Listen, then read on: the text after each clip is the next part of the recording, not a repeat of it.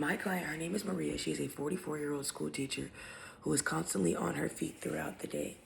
She is looking to start an exercise program so she can increase her energy, improve her blood sugar cortisol, help build confidence, and make her self-care a priority. She is currently dealing with type 2 diabetes, and she was diagnosed a couple years ago.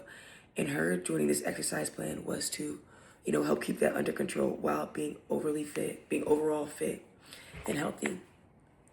So to help hold her accountable and, to stay on track, I made a Fit VP plan. So I made 3 different types: a cardiorespiratory one, a resistance one, and a flexibility one. So her incorporating all 3 of these plans should be able to help her reach her goals and as fast as possible. So Fit VP stands for frequency, which is how often; intensity, how hard; time, how long; type, like what kind; volume, how much; and progression.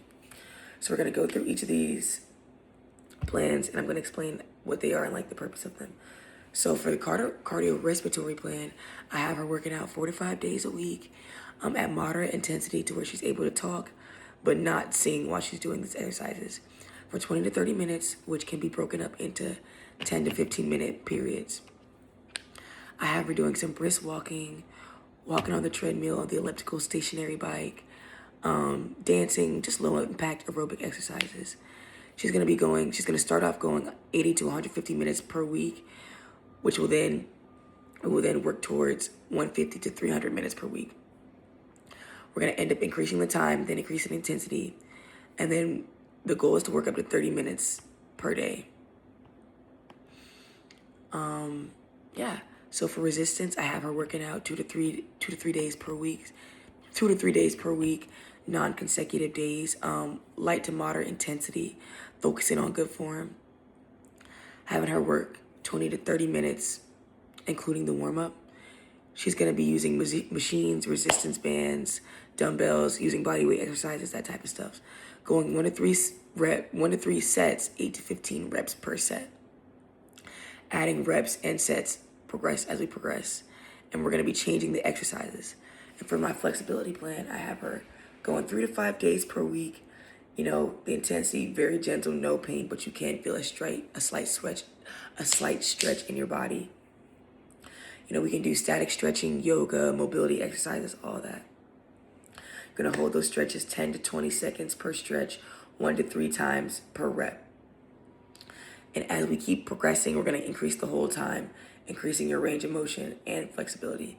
And then, you can try different things, different stretches, different yoga classes, things of that sort. We also gave her 4 different types of fitness tests. We gave her the Rockport 1 mile walk, a push-up test, a sit and reach test, and a plank test. So for all 4 of these, she was in the below average category. But that's fine. Her being in the below average category, that's fine. We can work to that, implementing these principles and things like that. We'll then put her into the average, above average if she keeps working. And some benefits of her doing these plans is, it's like I said earlier, it's going to improve her blood sugar, cortisol, and insulin sensitivity. It's going to help boost energy, reduce fatigue while supporting healthy weight management, while also improving your mood, your focus, and your sleep quality. This is also going to lower the risk of disease and other chronic conditions. Hypertension is always associated with type 2 diabetes. So, implementing this is going to, reduce the risk, reduce the symptoms of all that. And it's also going to help build your strength, balance, and confidence. Her leading a healthy lifestyle is going to help her live longer, live a more fulfilling lifestyle, and just make her life overall better, improve her quality of life.